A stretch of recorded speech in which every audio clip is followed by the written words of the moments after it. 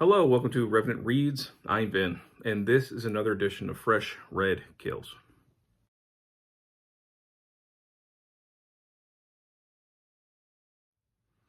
So Fresh Red Kills is the video series that I do where I talk about the books that I've recently finished reading. If you're new to my channel, I don't necessarily call these things reviews. They're more just kind of unscripted, informal discussions of the books that I've recently read. And I'm going to be talking about two that I read for Historathon 2024, which, for those who don't know, is a year-long reading event where we read, discuss, and celebrate nonfiction history, and we divide the year up into 4 quarters, where each quarter looks at a different period in history. Quarter 3, which, as I record this, is coming to an end tomorrow, looks at the years 1500 to 1820. And that's where, again, these came in. This one I read, and I know that one of my co-hosts for Historathon, Erica, she also was reading this. And I read this as a buddy read with a subscriber, Stephanie Cohen. So I guess I'll start with this one, because I did read this one first. I do have an interest in things like, occult history and history of witchcraft, those sorts of things. And this is, the kind of thing that's right up my alley. So, Witches, The History of a Persecution by Nigel Cawthorne. And I think I got this copy really cheap off of Hamilton Books, maybe like within the last few years. And I was excited to read this. Now, I'll say that in the end, I was fairly lukewarm with this book. As I began, I had some red flags go off. Right in the introduction, this is where I really started feeling it. I'm going to quote a piece of the text. He was talking about frenzies and basically panics. And such frenzies can even occur in the most liberal of societies. In 1950s America, there were the aptly named witch hunts where Senator Joe McCarthy and other leading politicians in Washington sought out communists and fellow travelers, that's a quote, in the movie industry and other walks of life. Many innocent people were imprisoned, and Julius and Ethel Rosenberg paid with their lives. Now, that was sort of a red flag for me, because that seems to imply that Julius and Ethel Rosenberg were innocent victims of the sort of Red Scare or the anti-communist fervor that was going on during that time. Which, I think the historical consensus is that they were actually guilty. There were certainly a lot of innocent victims of that Red Scare, but they were not one of them, or that pair was not among them. They were actually guilty. They were spying. So when I read that, I immediately wanted to know, okay, so what sorts of sources now is Cawthorne using? So I went to go to the back to look at the sources and found there's no works cited, there's no bibliography. The only thing that we get is a little over 2 pages of just further reading. That's it, which is not very useful in this sort of situation. So, I said, I kind of had my defenses up as I continued reading. And the other thing about this is he says what his approach is going to be here, which I also sort of questioned. He says, I prevented the cases in this book using court reports, depositions, letters, and confessions, torture records, and other written material from the time. But of course, I can't trace any of them because there's no works cited. I have reported the evidence without comment so that the reader can make up his or her own mind on how such things can happen. Any attempt on my part to explain these cases in 21st century terms would risk explaining them away. Essentially, what he's claiming he's doing is he is just presenting the cases and letting you decide for yourself. I'm not sure exactly what you're supposed to be deciding. I don't know if you're supposed to decide on your own without context how these sorts of things happened. I'm not sure what value there is in that. I hope that we're not supposed to decide whether or not these people were really witches or not. There are times when Cawthorne kind of breaks his own rule. And he does offer a little bit of commentary. He does offer a little bit of, perspective on these things. It's not all the time, but it does happen. But essentially what we end up having is a book divided up into different areas.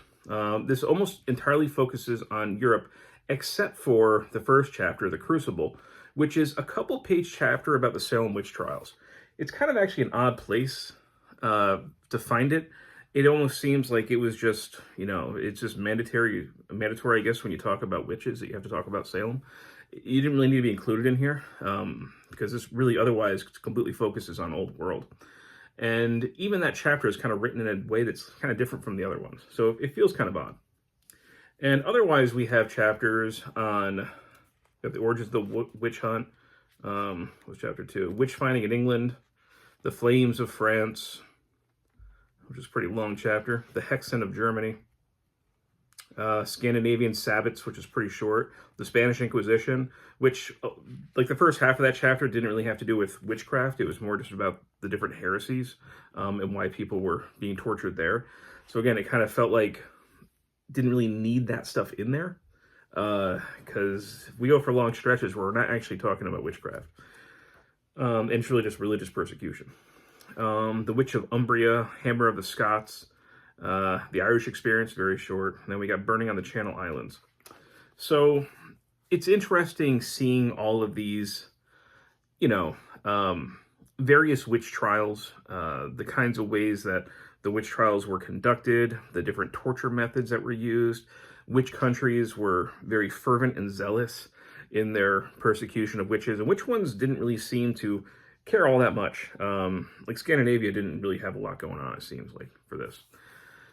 And he's basically giving us, it's like one case after another, after another, after another, after another, ad nauseum. And again, a lot of it isn't with commentary. So it's presented in a way like so-and-so was accused of these horrific acts, and then they confessed, and then they were killed. So you can come away from stretches of this book thinking that, these people actually, I guess, were witches, and they were actually guilty of the things they were accused of. But we don't have context. We don't know if when these people confessed to murdering children in their sabbats, did any children actually die at all in that area? We just don't know. So, I feel like this is a more sensationalist approach in a lot of ways. That doesn't mean that it's written with a lot of flair. It's pretty straightforward. It's pretty workmanlike, book. And which I guess kind of makes sense. I did a little bit of research on Cawthorne, not extensive, but it looks like he's got a lot of books. So it looks like he just churns out books, book after book after book. So I think he's just kind of a dedicated, prolific, kind of, workman-like writer. And this is a book that I think is reflective of that. So is this the kind of book I would recommend to people who are interested in this? I'm not sure. I'm glad I read it. I don't know yet exactly what Erica's thoughts are on it. When I talked to her about it, she was just kind of beginning it as I was ending it. But, I was interested and I enjoyed myself, but that's also because I already have an interest in the topic. It's not necessarily the book that was keeping my interest. It was the topic itself. So, just consider what I said and see if this is something that you would want to pick up. And then another book that I read, that was in early August and, early September. And this is also an early September book. American Dialogue, The Founders and Us by Joseph J. Ellis, who is a pretty, eminent scholar and writer for especially the American Revolution. And this is one of those books that I picked up a few of these things early in basically Trump's administration. That first administration, hopefully, we'll see if there's a second, I don't know. But certainly during those Trump years, there was a certain, I guess what I would call a crisis of American conscience. And we saw a lot of historians and also just historical writers looking to the past to try and make sense of or find a way to the future. And this was one of those books. So, Trump's election was an impetus for this. So what Ellis is doing essentially is he has a chapter, one of the founding fathers, and he basically takes one of the larger elements of that founding father's life, and he gives us a history of it, and then he looks at how that sort of topic is reflected in the modern day, or at least in 2018 when this was published.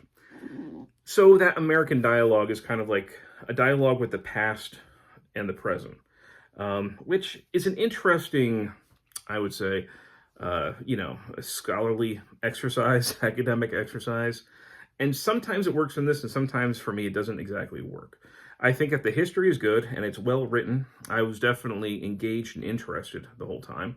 However, sometimes I felt like the stuff from the past and the stuff from the present, if they were in dialogue, they were sort of at dialogue at cross purposes. I didn't always see exactly how they really connected well because so much time had passed. Like, for instance, he opens up the book really with looking at Thomas Jefferson and his very complicated relationship with race. And then he looks at the, complications of race in today's America, or again, 2018's America. And just too much has happened since Jefferson's time and between then and now, where it didn't seem all that relevant. To spend all that time on Jefferson's life, even though it's interesting stuff to me, I didn't quite see how it shed light on what was going on today. Now, there are other times where I think it works a lot better. Like, if I remember correctly, I think it was James Madison's section. It had a lot to do with his sort of evolving ideas about the Constitution. And then Ellis relates that to especially the Supreme Court and originalism. And he's basically debunking originalism, this idea that in order to, basically pass judgment within the Supreme Court, you have to go to the original intention of what the founders were intended, instead of seeing it as sort of a living, evolving document, which Supreme Court justices had done up until, past generation or so. And he basically debunks that whole thing and says, that is bad history and bad legislation or bad judgment, at least. So sometimes it works, sometimes it doesn't. Overall, I did kind of like the book. I wish that those pieces of dialogue, past and present, were, just connected a little more clearly. I wish I could see the line better, but, unlike this book, Ellis offers us notes. We've got some citations. And like I said, the history itself is pretty good. It's well written. It's just, I don't think that the purpose or the intention of this book really sticks the landing. But anyway, those are just my thoughts.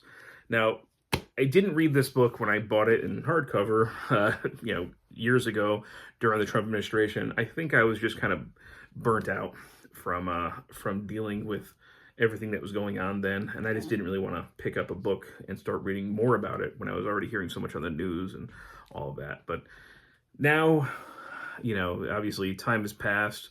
I feel like I'm just in a better position now to read these things, and of course we have an election coming up once again here in the United States in November, and once again Trump is a candidate. So it's got me picking the books like this off of my shelves that were written during that first era of crisis of American conscience. And, even though the election hasn't happened yet, I feel like that crisis is still going on. So I've got, of course, this book read. I had read earlier in the year the little kind of almost pamphlet from Timothy Snyder on tyranny.